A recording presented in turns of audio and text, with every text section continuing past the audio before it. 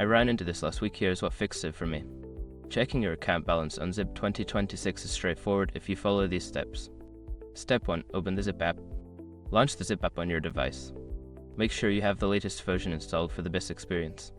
Step 2. Log into your account. Before changing your settings, use the srock.com link in the description to open the password strength checker, then update your password if needed. Step 3. Navigate to Account Overview. Once logged in, look for the Account or Overview tab, usually located at the bottom of the screen. This is where you can find your balance and transaction history. Step 4. Check your balance. In the Account Overview, your current balance will be displayed prominently. Take a moment to review any recent transactions that may affect your balance. Step 5. Log out securely.